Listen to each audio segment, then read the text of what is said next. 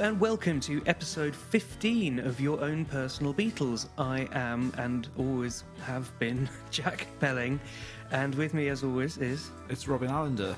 I've been him for a while. Good, how's that been? Yeah, well, ups and downs, really. Good stuff. Fair play. Episode 15. Today we're chatting to the amazing actor and comedian Gabby Best, which is a fantastic episode. It might almost be called a Yoko special. It really is a Yoko special. I think it's kind of one of my favourite ones, actually. I just really enjoyed the chat. And I think we just kind of, we did talk about the Beatles, of course, as well, but it was just good to kind of go in a slightly different direction, I think. Yeah, definitely. And it is a subject, she is probably the character in the Beatles story that tends to get overlooked and misrepresented a lot. So it was really good to sort of reassess that, look at her work from a slightly different angle. And then we went down lots of different sort of rabbit holes and talked about nightmarish musical theatre auditions and... And Bryan Adams. Bryan Adams and the All For One theme tune with Sting and Rod Stewart. And lots of other stuff like roasted baguettes and Jim O'Rourke and Scott Walker. And it's going to be one of the most eclectic podcast playlists that we've done. So you can go to Spotify and have a look at that. The reason I remember, because me and my friend Alex have a sort of running joke where, do you know when you just find a word funny? Baguette is just one of those words for us where we sort of occasionally text each other with strange requests about roasting a baguette. And so that's why I sort of mentioned roasting baguettes as if it was a completely normal thing. Forgetting I'm not talking to just my friend, but I'm talking to the whole world. I mean, that's quite sort of emblematic of where we go in this episode. So it's a bit of a smorgasbord. Yeah. But it's a fantastic one. So before then we can rattle through a little bit of correspondence. We've only got a couple of episodes to go in this series, so please do keep sending in your personal Beatles stories. We love to read them, and we do read all of them. Sorry if we haven't had a chance to read yours out yet, but you can get in contact with us if you go to personalbeatles.com/contact, or you can just send me an electronic message by going to jack@homespunsounds.com. But this was a really nice email, so I thought I'd read this out. This guy from a guy called Nathan Packham, who says, "Hi, Jack and Robin. Just wanted to drop you a line saying how much I've been enjoying the podcast. Around 2018, I finished working my way through the Beatles' solo catalogue, and with a sense of grief, I assumed my relationship with the Fab Four might be seriously diminished now that I had completed the timeline. What I hadn't accounted for was the rich, personalised treasure trove embodied by Rob Sheffield's book and your own podcast. Although the objective, in inverted commas, history of the Beatles, dates, times, etc., seems like a well-worn path, the variety and frankly bizarreness of people's anecdotes seems like a never-ending story full of nostalgic joy. I wanted to throw my hat in the ring with some of my own listed below." So he's got two stories. Number one, I got into the Beatles through my dad's dodgy tape copy, not an official release, shockingly, of the 67-70 Blue Album compilation. Oh, lovely. For all the otherworldly rapture I felt during A Day in the Life and realising my life would never be the same, I was swiftly brought back down to earth by the tape cutting out about a minute into Old Brown Shoe. It took me about 18 months to finally get a copy of the remasters, past masters, and listen to the whole thing and its weirdly quiet vocal. To find out what happened to the bloody shoe at the end of it. Yeah, I mean, it's quite bizarre that I didn't grow up with those anthologies, but regular listeners will know that they're a very common source of people getting into them. But why is Old Brown Shoe on it? I mean, I know they were compiled by Alan Klein, so he might have had other interests at heart, but it's a bizarre choice because it's just a random B-side and not a very good song. And if you think about what's been omitted... I always quite liked Old Brown Shoe, but that's because I went through, when I was getting into the Beatles, I made a compilation tape of every George Harrison song. So I kind of quite liked it. But it is an odd one to tack on to the Blue Album. Yeah, that's weird. Yeah, I mean, considering it's basically everything off the White Album, Obviously everyone does on there. It is indeed, yeah. And he says a second one here, talking of the White Album. He says, on a similar note, such was my clumsy enthusiasm to hear the White Album for the first time after a dinner in the autumn of 2009. Love the specificity of this. Yeah. I managed to smear chalk ice on the remastered CD case of all the album aesthetics for that to occur with. There remains a stain there to this day, just to the right side of George's picture on the inner sleeve, a reminder that you should probably stay at the table, even if it means wild honey pie has to wait. Looking forward to hearing more from you guys. Nothing is real, Nath. Nice. Thanks, Nath. Great. Oh, thanks so much. That's so nice to get an email like that. That's lovely. My White Album has a coffee cup stain on it, which is really annoying. I don't know who did that. My dad got the White Album on CD in America, and it's two separate CDs, so it's not like a one case. I've had a couple of nice messages from Harry Kidd and from my good chum Christopher Wright, asking me if I'm a fan of Martin Newell, otherwise known as Cleaners from Venus. Do you know anything about him? No. So he's been going for a very long time, and he's incredibly prolific. And he was kind of doing a lot of lo-fi cassette releases in the 80s and 90s. And he's a huge Beatles fan.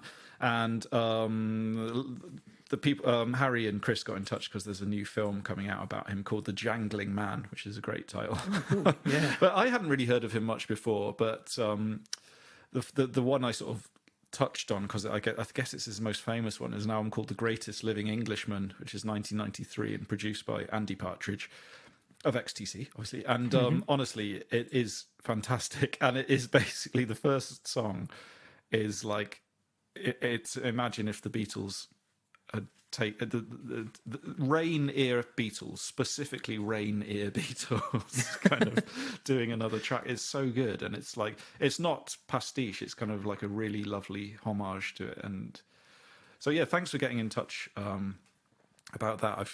There's so much to discover of Martin Newell's music, so I'm looking forward to delving into that and also seeing the film. So yeah, I can heartily recommend. Stick some on the playlist. Yeah, defo.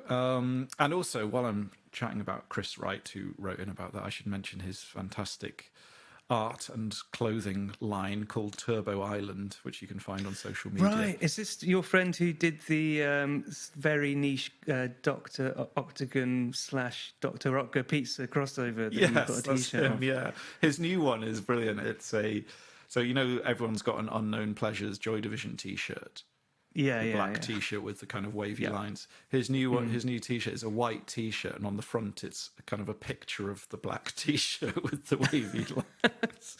So that's really good. I'm going to get. There's a really great artist called Darren Cullen. Do you know him? Who has a website called Spelling Mistakes Costs Lives, and he sells a Che Guevara t-shirt.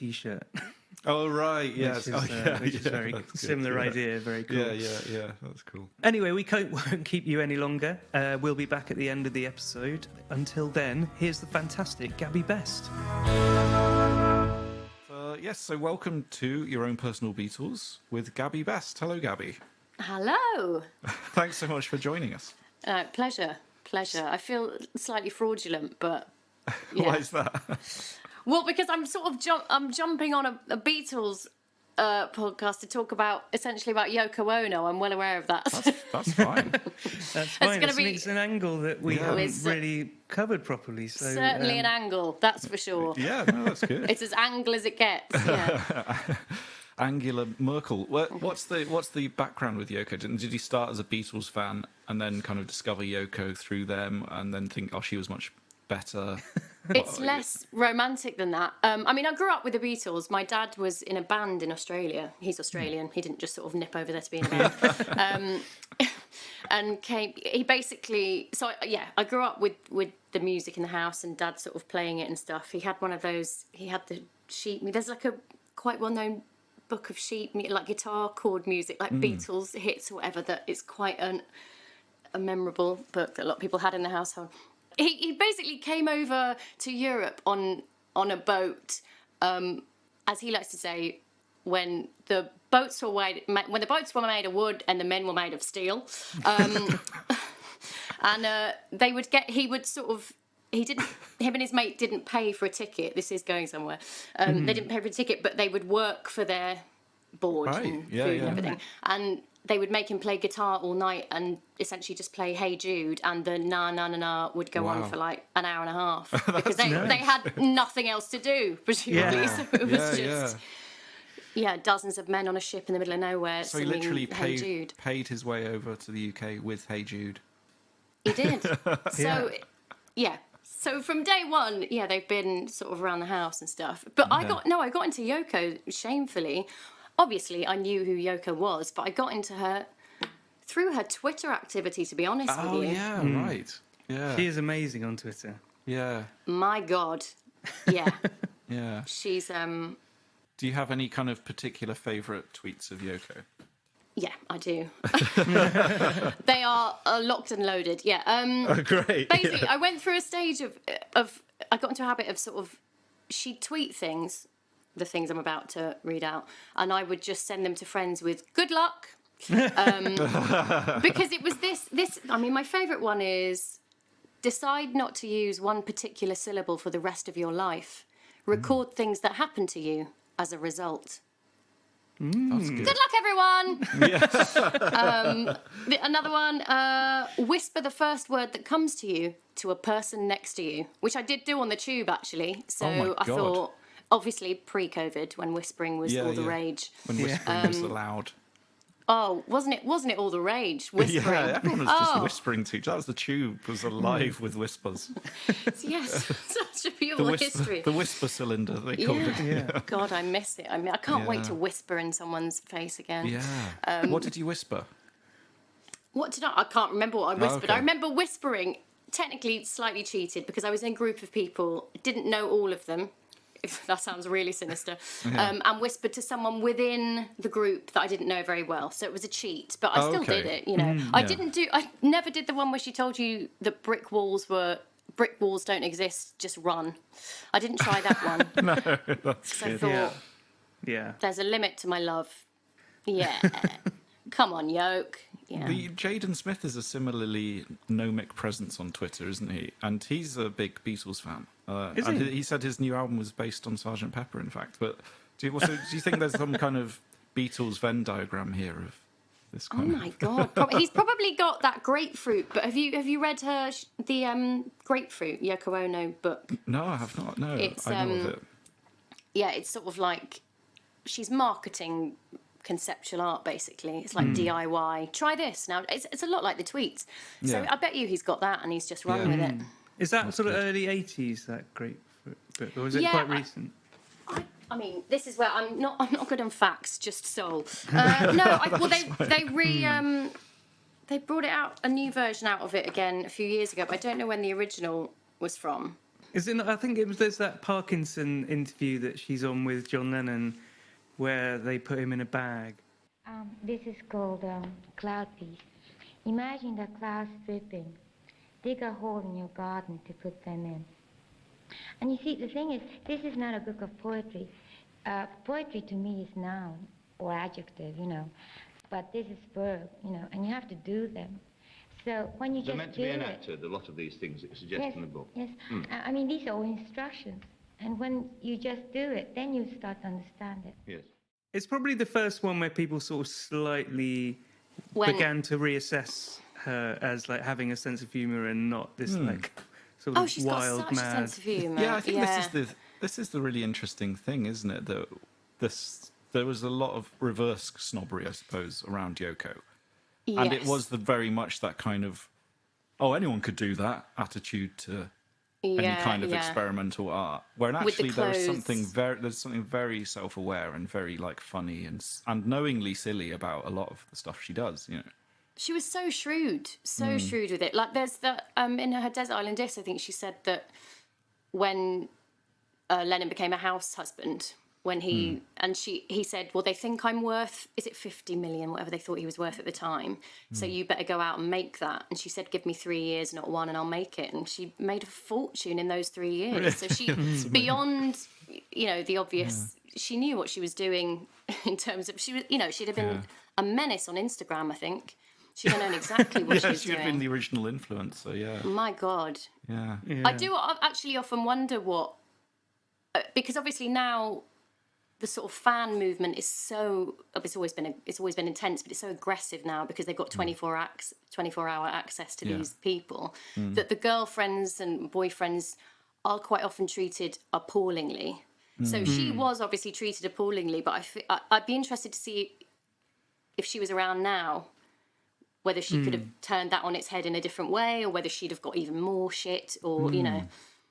It's really interesting because obviously, like, there is sexism coming into it because Linda Eastman also got a lot of stick, but there's also racism coming into it as well, isn't Massively, it? You know, and there's also a kind of streak of kind of sort of slightly anti-intellectual kind of, oh, look at John being all poncy and pretentious. He's got kind ahead of himself kind of thing, Yeah.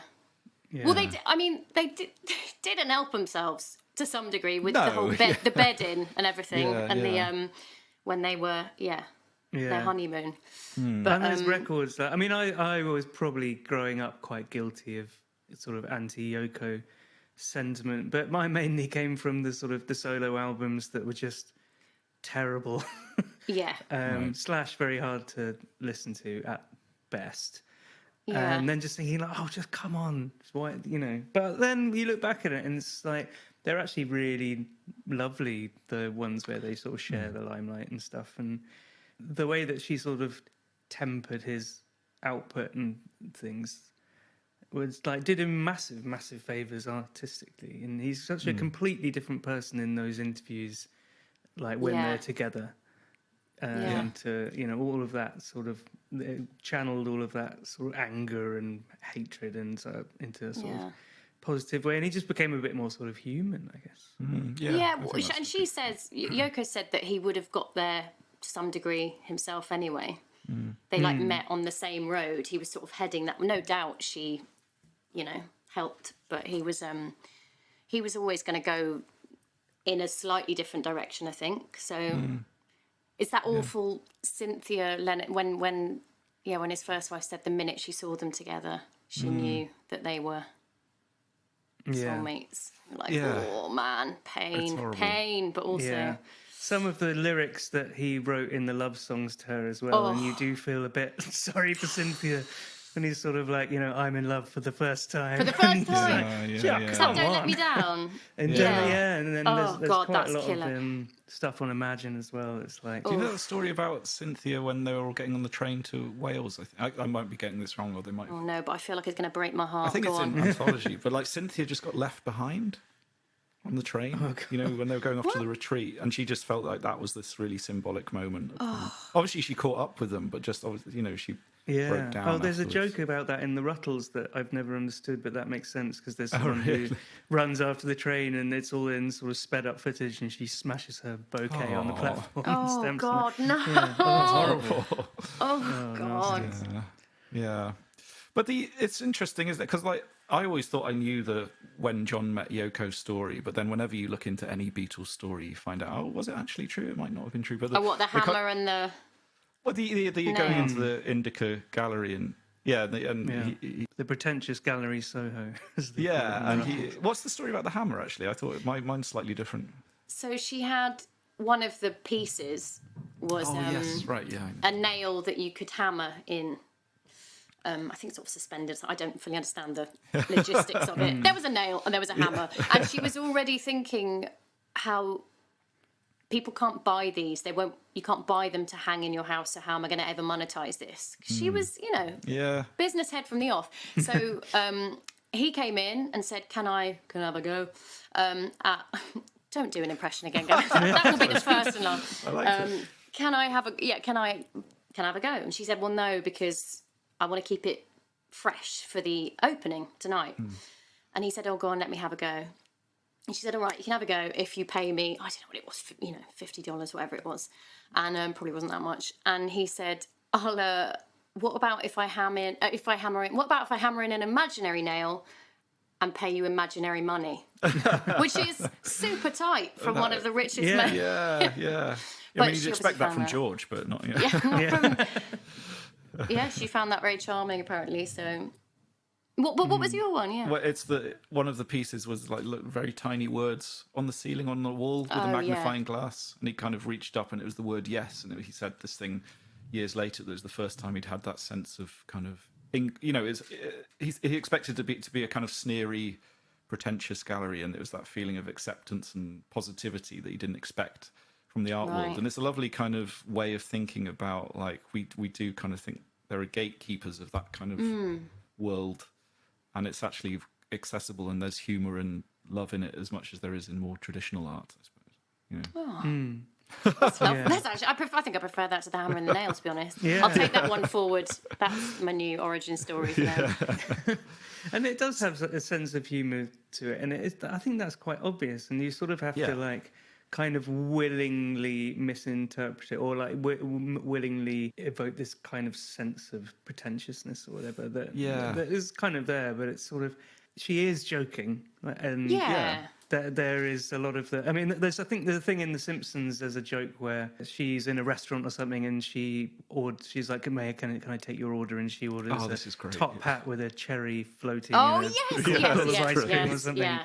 And then she had exactly that in one of her exhibitions sort of 40 years later. She knows what she's doing. Yeah. Hey, Barney, what'll it be? I like a beer, Mo. I'd like a single plum floating in perfume served in a man's hat.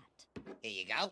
I think she can definitely laugh at herself. She calls herself a narcissist in quite cheery terms, but I'm not in a. I don't think she's meaning that in a cruel sense. But she's like, look, I am the art. I am sort of, obviously, it's a form of beautiful attention seeking. Some of the artwork she's done, she's putting herself in the centre of it. So I think she expects a certain amount of ribbing. It just, the level of abuse she got was obviously for different reasons, but many different reasons. It reminds me of when I was at school, probably about year 9, we went on an art trip to the Arnolfini, which is the kind of modern art gallery in Bristol, and we were such little shits because we were just like. Well, you are in year 9 is a real shitty year. And it was like we were being shown around this conceptual artist's work, and we were just like, "Oh, this is rubbish. That's not real art," stuff like that. It's terrible. I mean, that's quite. There's that kind of default attitude, isn't there? Sometimes, and it's hard to. Sometimes it clicks, and you're like, yeah.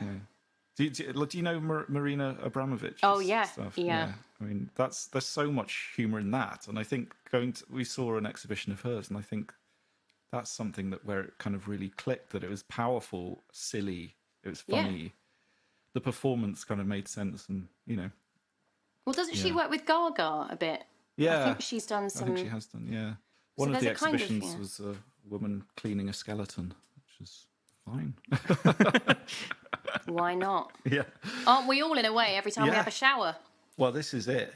Yeah. In a sense. Yeah. And her big tagline at the end of that thing was it's the process, not the result, which is kind of a very Yoko. That is very Yoko. Have you ever seen, I think it's called Four. It's called Four? The Bums. It's just bums. Yeah, yeah. And it's obviously dividing the screen into 4. Because you've got, and it's all about the cleft. Yeah. And then the producer after that was relatively successful, said, "Okay, I'd like you to make one that's 365 pairs of tits." And she said, "No, I'm not doing that." That's just stupid.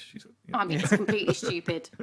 I mean, in a sense, probably would have got, probably would have done quite well, the tits, but money-wise, she could have maybe rethought that stance, but and then she just did one instead that was legs up an escalator from a fit. Anyway, so she sort of did something deliberately. Well, people say she did something almost deliberately boring as a response to. No, not only are you not getting tits, you're going to get like a bit of a leg in a jean that doesn't. You wouldn't even know it's you're not having any flesh, mate, whatsoever. Yeah. So I think she's quite canny.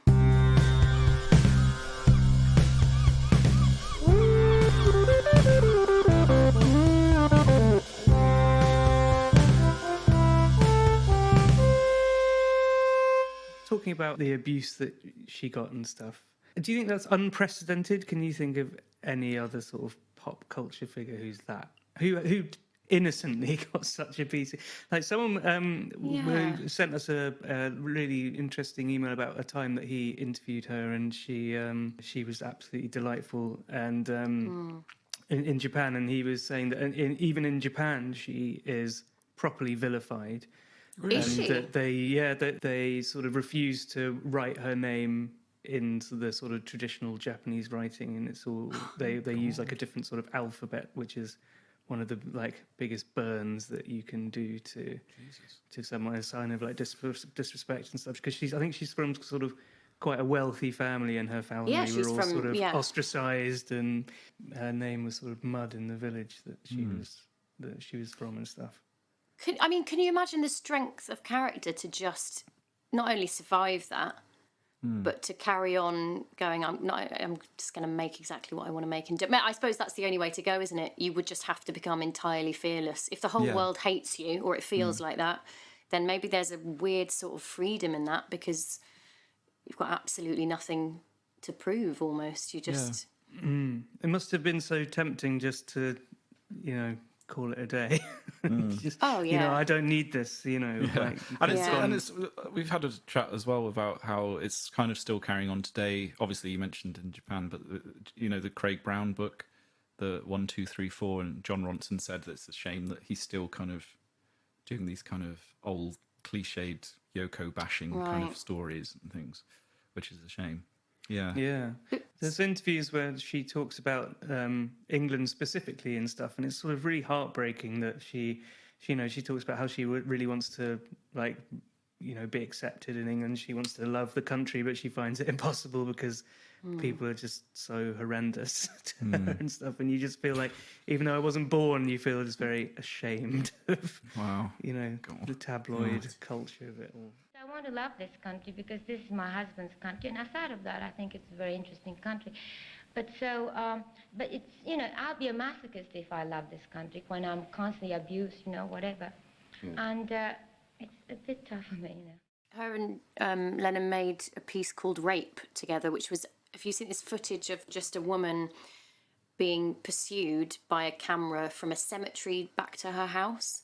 And I think there's a sort of potentially the voice of a director in it who you never see. And the woman speaks in German and Italian, and it was essentially all about, it's one of the earliest kind of bits of art about press intrusion, well, as in the modern sense, press intrusion. And also, I guess, xenophobia, because the sort of language barrier. And she said a lot of it was about not feeling remotely understood in any way in this country, and just being hounded wherever they went. Christ. Yeah. It is. I mean, it's grim. It is grim. But then didn't she go and sit on when they were? Paul McCartney's thing about her sitting on an amp when they were trying to in the recording studio or something. And she said that when he was singing "Get Back," he was just looking at her. Or Lennon said he was just looking at her or something. Really? And it's like, probably is quite annoying if you go and sit on an amp. I mean, to be honest, get back off the amp. Just get back off the amp. Then go about your business. Yeah, there is a really awful other version of Get Back, though, isn't there? With quite brazenly racist lyrics. Is there? Yeah. Oh, really? Oh, right, because he comes over all sort of measured about it now when he talks. Well, Yeah. It definitely was. I mean, I think most of the sort of the theory of Yoko breaking up the Beatles, which has now been disproved by pretty much everyone who was there, most of that does come from what was filmed in those Get Back sessions, because it does look quite annoying. But that she probably was. Yeah. When people are in love, God, they're so annoying. Yeah, but that's the thing. Who isn't annoying when they're in that stage? I probably, if I was in the Beatles, I'd be like, can she have a little song now? And everyone would be like, no, obviously not.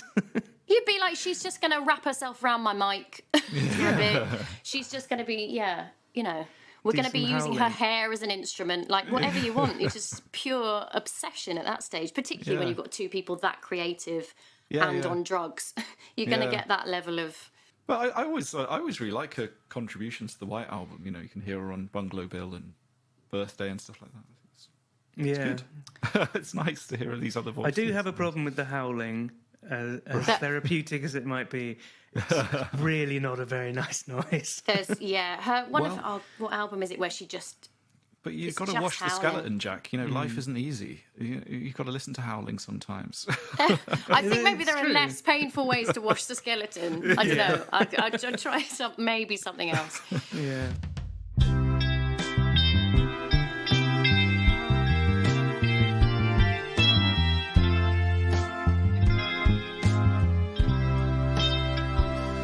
So, Gabby, so your journey with Yoko started with the tweets, and then did you kind of work back and? Then I just. Well, I mean, I've heard about her from, parents saying like, "Now, bloody Yoko." No, I'm joking. He doesn't say that at all.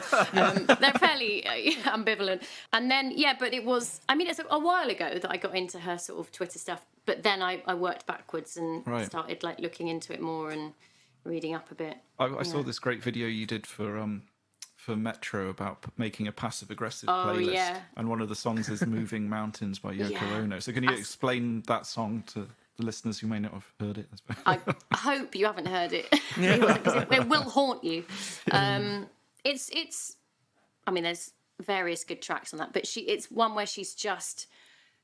It does, and essentially it sounds like she's trying to move mountains because it just sounds like she's in vast amounts of physical pain for 2.5 minutes. It's sort of shouting, basically.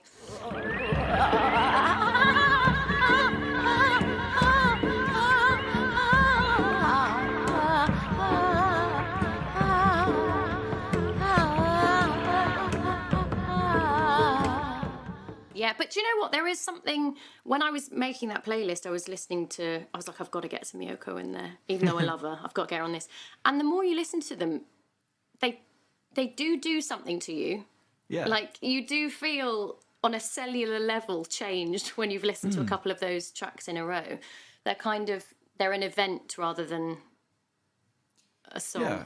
But I think there's, it's one of those things where we need to be careful the way we talk about experimental music, for want of a different word, because you do experience it in a different way. And for a long time, a part of me was skeptical about noise music or more extreme forms of music. But I've had some really profound experiences listening to that kind of music. Yeah. And there's an incredible progression that you go through. It's a real journey where you start thinking, how am I going to listen to this? It's just noise. I remember the first time I heard The Drift by Scott Walker. I don't know if you know that album. It's quite hard going.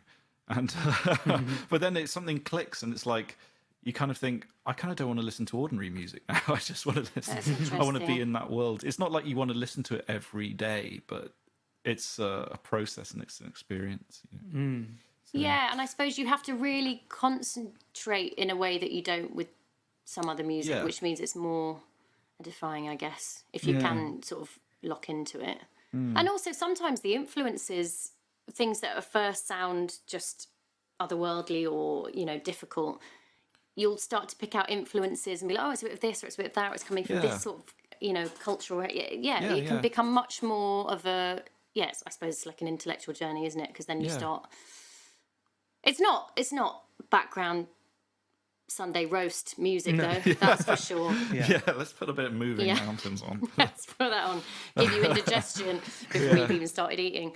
But, So what's your setup, Robin? When do you... Because I find it... I must admit, apart from sort of studying more sort of noise music and cacophonous stuff, I do find it very hard to find the right time. So is it something you like the candles and have some quiet time? What's the circumstances? I think seeing stuff in performance is good. Like I saw a performance of Messiaen.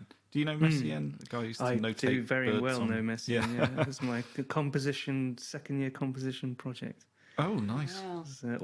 Variations on a theme by Messiaen. Probably why I find it hard to listen to now. Right.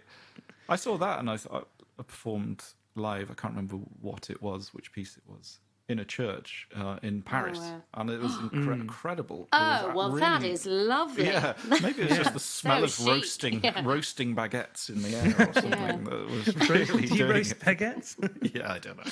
Oh, yeah, you can't move for roasted baguettes. Yeah, absolutely delicious. It was the gently roasting baguettes. I don't know, but that was very moving.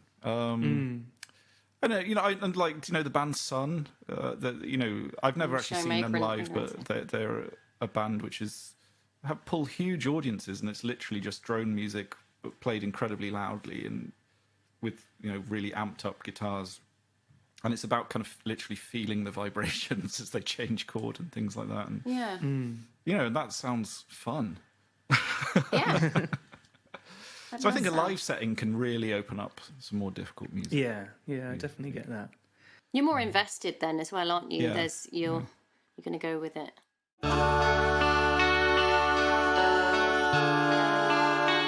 Have you ever been to see any of Yoko's art in the flesh?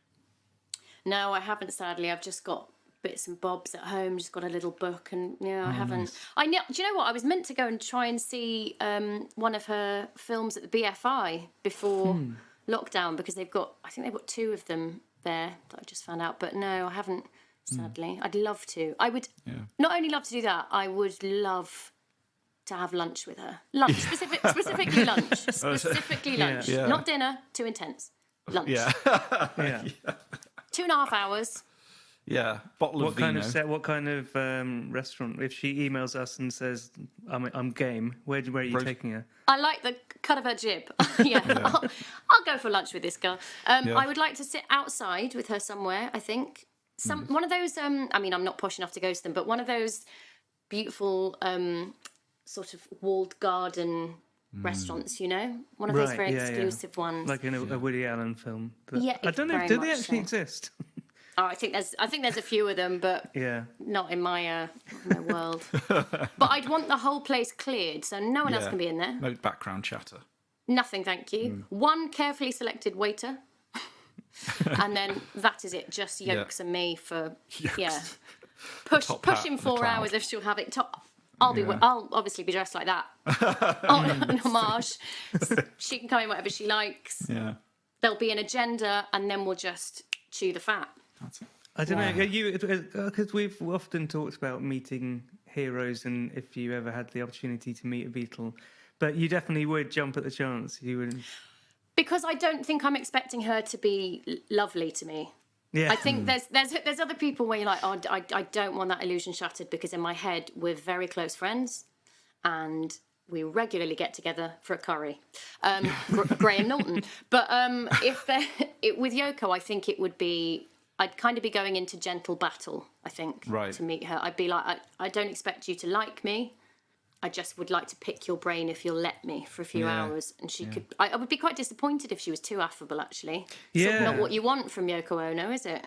Yeah, if they're asking about your family and things. Nah, mate. Nah, you're not bothered about that.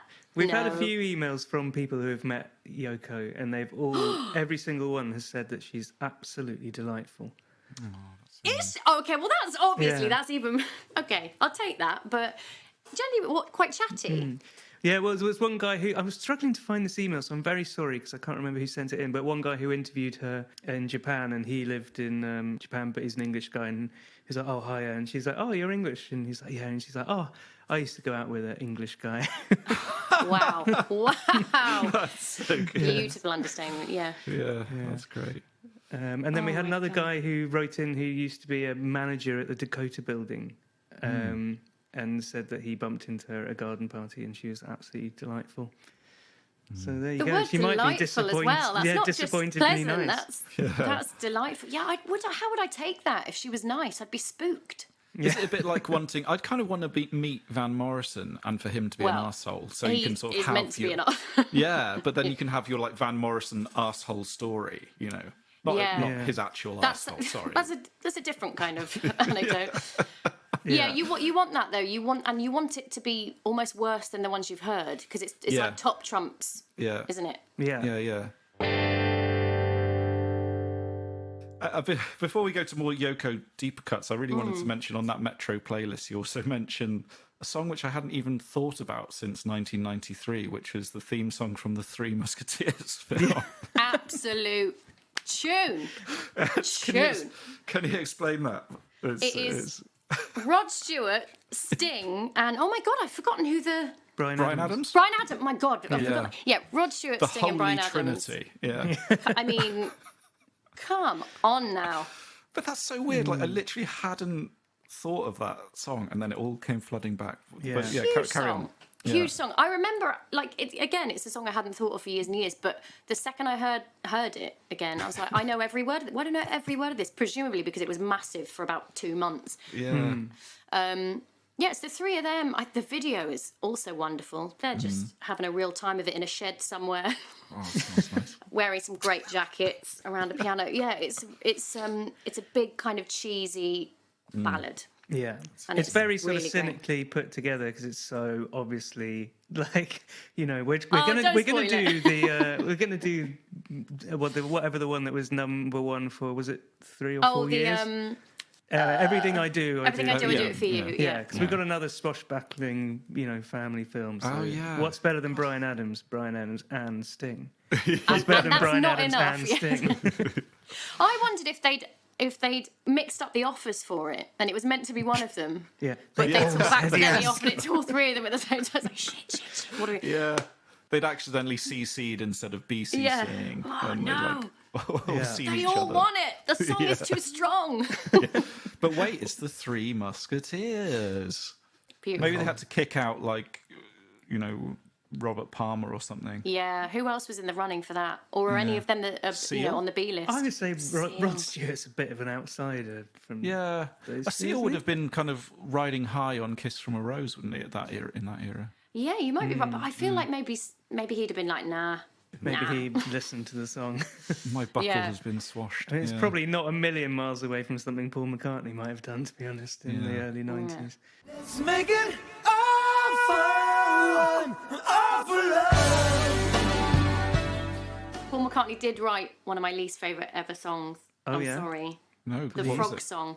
Oh, the frog. Wow. Yeah. Yeah. Who said that was their introduction to the Beatles the other day? Oh, Hazel Wilde we had on the other day. So That was a one of her favourite ones. I still don't think I've ever heard the frog chorus all the way through. Ever. good. I wouldn't be able to sort of hum Oh, it it's or not. I can't do it. It sounds like a protracted burp to me. Yeah. Frorus. Yeah. I don't mind it.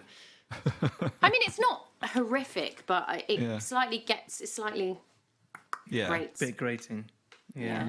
So from Moving Mountains, then, can you recommend some other Yoko deep cuts that we I might mean, not be aware of? Yoko's music is not actually my fave thing, but Okay. I'll get that. I'm going to find I don't think the it's other one hers from either, that. to be That's yeah. Although she did train when she was young. Well, they say trained. I love that they would say trained in music when they were younger. They probably had like 6 piano lessons when they say that about Played people. the recorder like everyone. Exactly. We've all played the recorder. Seventh Floor is quite. That's another one that nearly made it onto the playlist. Oh, cool. Is that sort of similarly alarming? It's not as. I've given my Yoko. I didn't mean to give it so freely. And then where's that? I've got to remind myself of the other one that is actually really Watching the Dawn. The stars were gone. We were huddling together to watch the dawn. They say it's coming, but I don't see it's coming yet. We let the earth weep while our children sleep. Okay. That sounds quite melodic. yeah. And what era is sounds that? nice. I'm going to give that a go. Do I know what era that is? We'll do a it's the playlist Plastic of all- Ono Band. I mean, it's later in that's on- life. right, okay. It's 2014, was it that album that... yeah, it's the same one. 2013. 2013 Right. it says here. So yeah, but that's the most. I think the most tuneful of that lot. I mean, there's a few good ones on it. I rarely listen to the whole thing the whole way through, to be honest, Yeah. because it's a bit of an Get on a ordeal. playlist. But that's, It's going to be a good great one. play, because we always do a playlist after each episode, so this one should be quite an interesting one. You've got to put Moving Mountains on it because I think it's the fairest rep, Yeah, yeah. Sure. and it's a lot like when she went and did the shouting show. Yeah. You know, she did yes, that. Yeah. It's going to be the only playlist that has Sun and the Frog chorus on, I think. But maybe not. I don't know.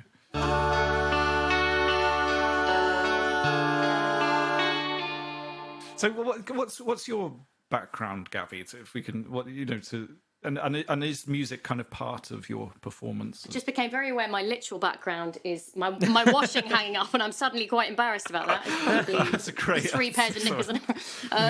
So So I'm you trying to block start talking that now. about your background in a Zoom job interview. And Yeah, to your left, there's a.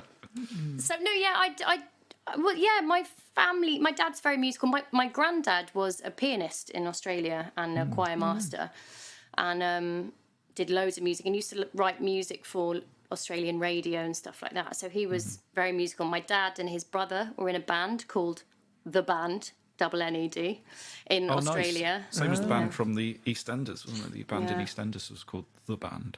My dad's 148 though, so he probably beat them to it with a. He's not 100. He's not. He's a spring chicken. And then I was sort of he raised me on, God bloody everything. Lots of the Eagles, lots of Dylan, lots of Beatles. And then my mum was heavily into American songbooks and Archer Ella Fitzgerald, which I was, I'm still, so my heart is, so yeah. Grew up on a lot of that stuff. And then, I played the piano for a bit, but I never learnt to read music, so I was doing it all by ear. And then I got to grade 7 it was, and I was busted because I could no longer just pick it up.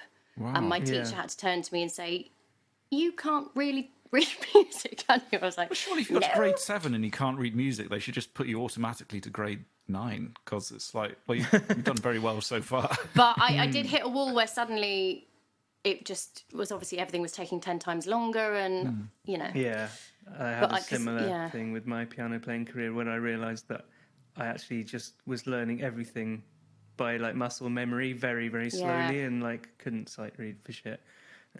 But you went on to do music, obviously, so... I did, but I'm a terrible piano player.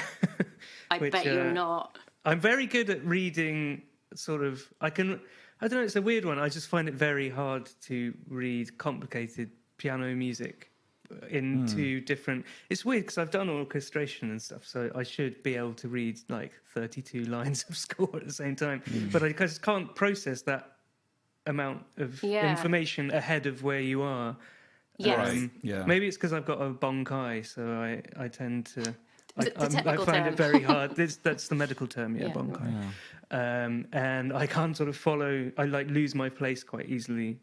Right. Following like notes along. That's amazing then, though, that you've got that far whilst finding that element of it quite difficult. I didn't even realise that. I thought everyone did it like that until I met proper pianists who could sight read, Rachmaninoff concertos, and you're like, right, this is not really where I am. Right. But I still think that's the most magical thing in the world.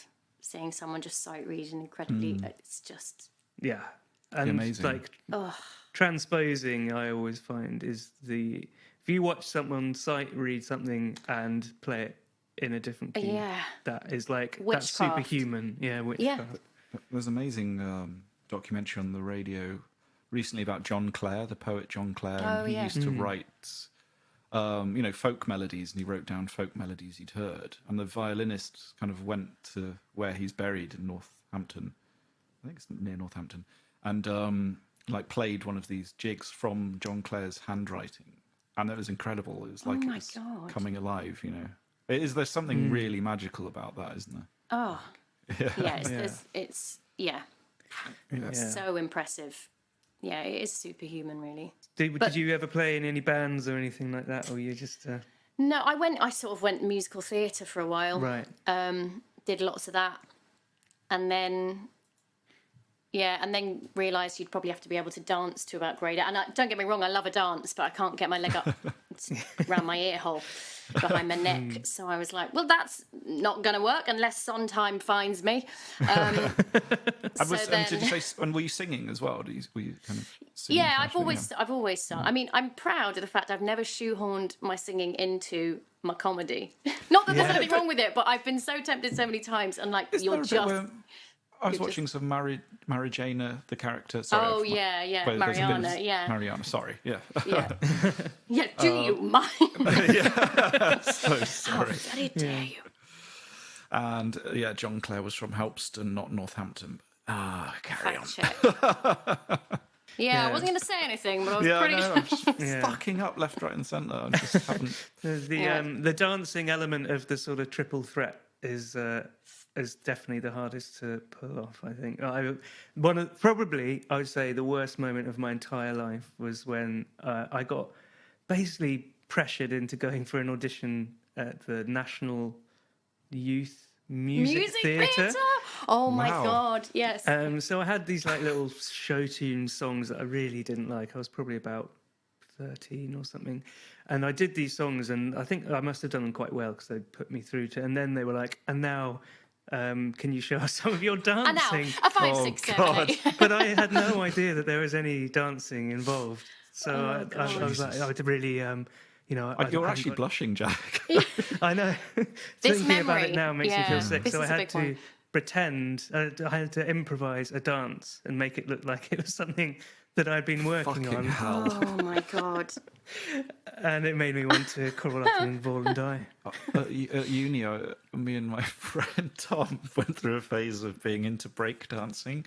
It was the 90s. Yeah, but at least that's cool. It's not like from Cats. It's not cool. It's not cool if you can't do it. But then, like, someone we knew, exactly. And then someone we knew said, "Oh, I'm going to this like dance class." And we thought it was going to be a breakdancing class, but it was literally like a kind of leotard. Could have been your Billy Elliot moment. That could have changed everything Oh God, for you. I'm going red now. You're both quite red. What is it about dance that's embarrassing or dance? I think it's that thing of at that young age to be any kind of public humiliation, particularly involving your own body, is just horrific, isn't it? A good way of kind of processing this embarrassment might be if you try and talk us through step by step exactly what your dance was. We'd like to see it. It's not for the benefit of anyone listening, but we'd quite like to see the routine. If someone donates £1,000 to the podcast, then I'll record a video of it for you. And there you are. That's there you go. If you've got any eccentric millionaires or misanthropes. I remember I had to do when I left drama, because I went to uni and then I went to drama school, did just a postgrad for 1 year, not musical theatre, just acting. And I got sent for a musical theatre audition when I came out, just one. They were like, just go for this. It was for the lead in Love Story. I mean, horrific casting for me. And it's the only musical theatre audition I've ever been to, but they were all sort of belting in the corridors, limbering up in the corridors. It was proper fame. Yeah. And I sort of waddled in a Mac because it was pissing it down outside, like absolutely like soggy fringe, this limp bit of sheet music. And waited for ages, went in, sung the song properly because I was so nervous, fully wobble, and then left, said thank you very much, goodbye, and walked into a cleaning cupboard and shut the door behind me and didn't realise it wasn't the exit.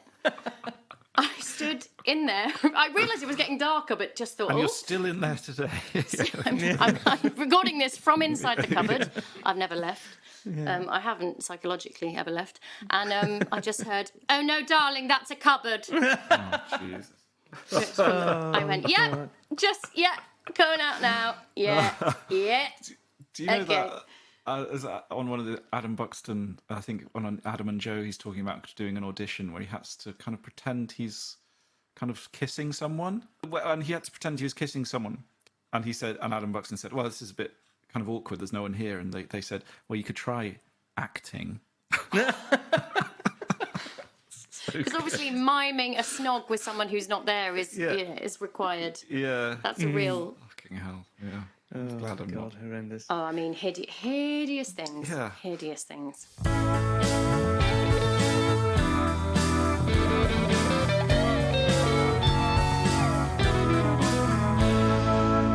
We haven't really talked about the Beatles that much. Could you do it?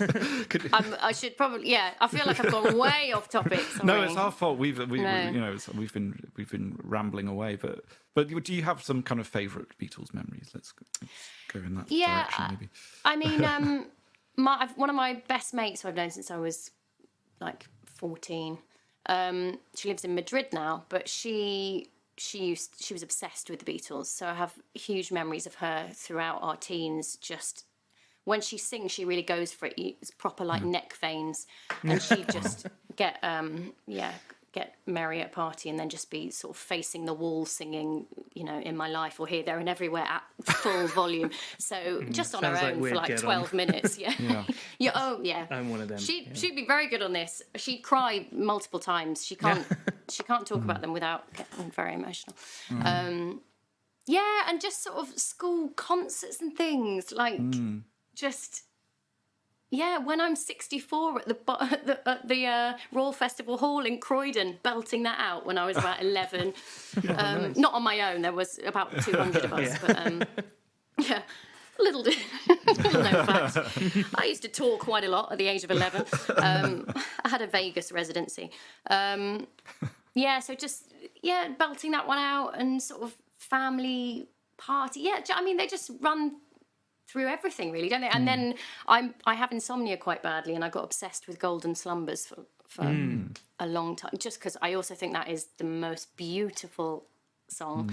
But I got quite obsessed with that song for a while. Do you listen to it in the sequence of the end of Abbey Road, though? Because it's very nice. It's going to it's going to send you to sleep and then wake you up with quite a major jolt. Yeah, no, not to sleep to, but oh right, I see. Just for writing. It's so beautiful, Golden Slumbers, isn't it? Wasn't it based on a nursery? Oh, it was based on an old book of poems or something. An old poem, and they changed a few of the words or something. Yeah, it's just got one of those lovely McCartney twists of the. You know, it's just so beautiful and catchy and such a hook. Yeah, and then his vocal going from sort of sweet to raw. Yeah. Space. Yeah, I think if I could keep if I could keep 10 seconds of Beatle tape to take, you know, to rescue from the fire, it would be that. I think. That second verse of Golden Slumbers is so disgustingly beautiful. But it's one of those ones that, I mean, there's a lot of music like this, so it's stating the obvious. One of those ones that makes me well up every single time. Yeah. You know, it just, even when I know it's coming, even when I've gone for it. And I'm prepared. I've got goosebumps just thinking about it. Yeah. It's such a clever chord, and it's the way and You Never Give Your Money, which is all based around that like A minor thing, is just, you know, they must have been very happy when they thought they were going to end it all with that. Yeah. My God. Yeah. And then the other one I got quite obsessed with was Sexy Sadie for a while. I love that song. And I sort of thought I was the only one in the world who was like, this is Radiohead, because, you know, it's Karma Police. They sampled it or used it for... Yeah, it's a similar chord. Right. I remember getting very excited about it and then Googling it like, oh, yes, it's a well-known fact. But, I didn't know that. Oh, yeah. Oh, good, I do feel, yeah. So it's sampled at the... Or it's inspired it. I don't know if it's not sampled, I think it's the... I think it's the same. Oh, yeah, it's got a similar feel, Yeah. But I was well into that song for a bit. That piano thing in the bridge, Yeah, when you won't be able to unhear it now. Yeah. But they were listening to that's one. I remember there's an interview with Radiohead when they said when they were making OK Computer, they were listening to loads of Beatles. Yeah. Well, I think they were listening to a lot of DJ Shadow, Queen, and the Beatles, weirdly. Right. Yeah. And Elvis Costello. Right. It's quite a strange playlist. If you put them in a blender, what you get is. Oh my God. Yeah. And then I really, really love. I always get the name of it wrong. Is it the wheels? Watching the wheels go round. The solo Lennon song. Oh, I love that song. Someone someone tweeted about it not long ago, and I was like, God, I forgot how lyrically how beautiful that song is. Because it's obviously all about him stepping away from everything and finding a different kind of happiness. So I know it's not technically Beatles, but I and to bring it full circle, I feel like it's with Yoko's influence that song was probably all about. I think it's a lot of. We were talking about Mind Games last week as well, and it was a record that I had dismissed a bit and overlooked, and revisiting that and then listening to it this week in the context of it being the beginning of that sort of lost weekend. You do feel this sort of because there's a lot of the stuff in the lost weekend. You feel it's because it's when sort of John and Paul reconnected, and a lot of Beatles fans are like, you know, and that's when he went back to normal for a bit, and then it all went to shit when he got back or whatever. But actually, no, I think he needed to be kicked out by Yoko to sort of rebalanced the relationship, and then after that they just were so sweet together. Yeah. Like those final interviews with them, they're just like, Yeah, even the photos from that period, yeah, they've lost that sort of rock star thing, and they've just become like quite sort of domestic and relatable. It just sounded really sweet. I think maybe what people don't like about that is because it reminds them of the inevitability of like growing up and becoming an adult, and you think you don't want John Lennon to be sensible. You want him to be, erratic and mad. Yeah, don't want him making a pasta bake and giving someone a piggyback, do you really? Just the idea of that is slightly underwhelming. Yeah. But then he couldn't win because, they didn't want him too far in the other direction. That it's a very difficult... She was sort of, although both damned if you do, damned if you don't, in a way. Yeah. And it is strange to have someone who is so popular drawn to something so avant-garde as well, isn't it? I mean, it's hard to imagine just the extremes of those worlds, I guess, It's the equivalent of Adele now hooking up with some kind of... I'm not saying Adele's the Beatles, but in terms of levels of fame and levels of fame, accessibility and stuff. Do you know Jim O'Rourke, the musician? Yeah. Because he had a couple of kind of breakthrough records of doing very Burt Bacharach-y style, like folky, really beautifully arranged pop music, and quite Beatlesy in some ways. But he was really from an experimental background, and then he sort of played a couple of concerts where he just kind of did laptop noise stuff from all these people wanting this beautiful Bacharach style music. Like, excuse me. Yeah, but there's something of that where it's like, that kind of it's sort of hard to tell your story to an audience, isn't it? And I think that's the thing with Yoko. It's like, you pigeonhole people, don't you? It's like she's the one who broke up the Beatles, Well, people probably just want also, it's an easier, clearer narrative, isn't it? Rather than being like, well, here's a group of people who worked very intensely together for a while and then all wanted to do different things. It's much easier to vilify one person as if she was some sort of bomb that went off rather than the aging process and priorities and all of those things.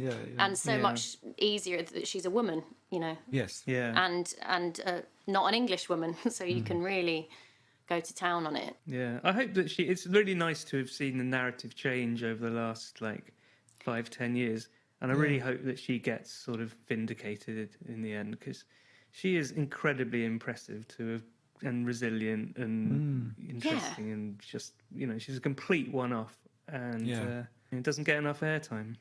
Exactly, she doesn't get enough airtime. She should be. There should be so much more positive discussion. I mean, I'm not saying nobody's perfect, but all these sort of so many figures through history in the art world, the music world, who've done appalling things and are still kind of revered or at the very least respected for what they've done, and people are able to hold those two things in their minds at the same time, the sort of person and the work or the effect or whatever. But it just felt like everything was dismissed. It was just all kind of thrown out because of this relationship and this. Yeah, and I feel like she needs to be discovered with fresh eyes. Yeah. But she said in Desert Island Dish, she said, I imagine I'm paraphrasing, I imagine I'll be sort of vilified again when I die. And I just thought, what an awful thing to think, to be... So tragic. Carrying that around with you, that even if there's been some respite now, that... I think hopefully she's wrong about that. Yeah, kind of like the obituaries will say things like, although she is sometimes, it's kind of like really weird way she's talked about. Yeah, that's really odd, isn't it? And to have to think of yourself in those terms as this kind of ball to be thrown around, it must be really, really strange. She was saying also that she doesn't want Sean to feel like he has to protect her. She's like, I don't want him to feel like he has to protect my legacy. It's too much work. Just let it go. So to have all those thoughts kind of in your mind, there's, that's not a normal human experience to be thinking of of your own death in that way. So that's bizarre. But she's also bloody funny, so I mean, have you got some more tweets we could kind of? I suppose we could. Yes. What, Yoko tweets? Yoko tweets. Yeah. What was And will any of them be as good as the Britney Spears tweet? Do you know the Britney Spears tweet? Which? From 2011? Which ones? Does anyone think global warming is a good thing? Oh, I love Lady Gaga. I think she's a really interesting artist. That's the best tweet. I mean, of the all next time. one to follow that is surely just sort of, I've just had some toast or something. That's the level where I love Britney. She's another one. She's another one. She is. She has been vilified. Yeah. I mean, she was unfortunate enough to have mental health problems before we started caring about them. That's all that happened to her. Yeah. It's like we've only softened in the last couple of years and we're all patting ourselves on the back. But God, we gave her a time of it. Yeah. I think we need a collective apology for both of these people, really. Yeah. They'd get on, I think, Let's actually. send a card round. Yeah, exactly. We could do what's those flowers you can post through the door in case they're not there? Bloom and Wild. I've just done a bloody advert. Just adverts like I'm being sponsored by Bloom and Wild. What's that excellent makeup flowers that you can? I believe they're doing a deal at the moment. No. Okay, some more Yoko tweets. I think I mentioned this one earlier. Who says there's a brick wall? There's no brick wall. It's all in your mind. Thank you. Yeah. Okay. Let your instinct take you there, not your logical brain. I actually just quite like that one. That's true. That's a good although, one. I'm not sure. Maybe sometimes trying to get from A to B, I'd probably go with logic. Trying to get to work. The scoop the moon out of the water one as well is quite nice. Although, that's nice. Absolutely mad. Because she essentially says, scoop the moon out of the water. If you can't get it all, keep going till you've scooped the whole moon out. Which, I mean, therein lies madness. It'll still be there when I'm, 65, scooping the same bit of moon out of the water. But I do like that as an image. That's the other thing. She just deals in beautiful images, as did he. Definitely. Obviously they're soulmates. Yeah. That was Gabby Best's own personal Beatles, and what a great episode that was. Yeah, absolutely fantastic. It was such a fun one. And yeah, as we said, great to come at it from a slightly different angle of Merkel. Yeah. And thoroughly enjoyable. It was good. And I think it was really... I always enjoy chats about experimental or sort of in brackets difficult music or difficult art, because I sort of think maybe naively that art is for everyone and that there's something, even in something that appears difficult, that people can enjoy and take something away from. And I think that's a big part of the Yoko story, is that kind of snobbery about, it's pretentious rubbish kind of thing, Yeah. And I think it's just really interesting to analyse those reactions and kind of debunk that way of thinking of it. Yeah, and actually putting the playlist together, which you can find on our Spotify thing, which is just your own personal Beatles. I listened to quite a lot of that album that Moving Mountains is on. And I did actually get quite into it. It's pretty bracing stuff, isn't it? Not as much as I thought it was, actually. I was really preparing for it to be quite sort of screechy and, a bit more deliberately abrasive. Yeah, but actually, there is a lot of sort of beauty in it, and it does kind of. I mean, stuff like that is so incredibly powerful on the emotions. I think. I mean, you have such a visceral reaction to that stuff. I was on my lunch break today, and I was listening to Gavin Bryars. Do you know Glorious Hill? Gavin Bryars' Glorious Hill. No, I don't know. It's so incredible, and I was wondering why I was just feeling so unbelievably depressed in Tesco Metro in Elephant and Castle, and it was because I was listening to that particular piece of music. There's two reasons right there. Well, I don't know. I think it was the Briars.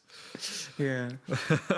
Very sad piece of music. I went back and listened to some of that Scott Walker stuff, because I usually kind of stop around Scott Walker 3. Really? What, you don't even like 4? I mean, I do, but I don't own it on vinyl, so I don't tend to listen to it. But I certainly haven't got as far as the more sort of challenging stuff. So I delved into that and had a little listen. It was really...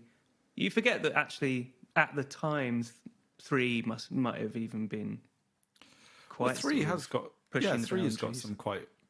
Not difficult, but it's kind of got some of those slightly unharmonious elements at the start. Well, that's in the opening track. It's raining today, which I've known for ages and loved, and I only realised when Tom York put it on his Desert Island Discs that it is completely ripped off in How to Disappear Completely on Today. That's interesting. That sort of sustained note that is sort of gets really discordant and then resolves in that absolutely like transcendent moment. Yeah, but it's literally, I don't know, it might even be a sample because it sounds identical. Yeah, well, I think it's really interesting following his career, particularly with that song, "It's Raining Today," because I really like the '80s album "Climate of Hunter," which bizarrely Scott Walker appeared on like Saturday morning kids TV to promote, which is really weird. Because there's a song on "Climate of Hunter," I think it's called "Dealer," which is absolutely brilliant. It's one of my it's called "Dealer." It's the second song.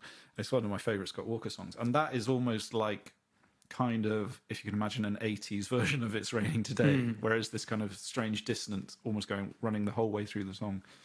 But "Climate of Hunter's great, and "Tilt" is magnificent. "Tilt" is incredible, and that is where you're completely on the borderline between noise and more melodic stuff. And then the drift is where it's kind of sort of firmly on the. The drift is what I was listening to this week. Yeah, I mean, I love it, but it's like I wouldn't put it on at a dinner party. No, I don't know. I've never had a dinner party. Well, there you go. The moral of the story is persevere. Yeah. I'll go and Otherwise, don't bother listening to something easy. Yeah. If it's easier not to, then just give up. Yeah. I also listened to quite a bit of Messiaen until it started giving me horrible sort of flashbacks to university. But, I do. I mean, some of that stuff is so beautiful. It's definitely worth searching out, and I've put a little selection of it on the playlist. But we'll stop bollocking on and leave you to it for another week. Thank you so much for listening, and for those of you who've got this far. And thank you so much. We've only got a couple of episodes left, so everyone who has donated, we're incredibly grateful.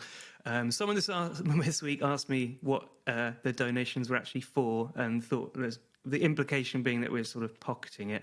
But it does, it is an expensive endeavour, and we do have to pay for sort of hosting fees and the software that we use to record it and all the equipment and the website and all of that. So, we'd love to come back and do a second series one day, and we'll... Give me a second series. Yeah.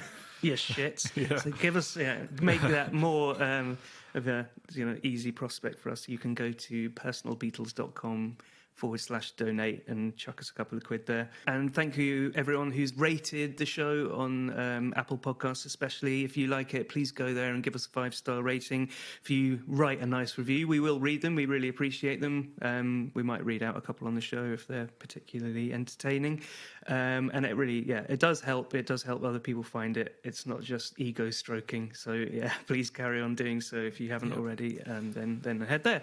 We'll be back next week with the fantastic Josh Widdicombe, which is very exciting. Exciting news. Yeah, that's great. A good episode.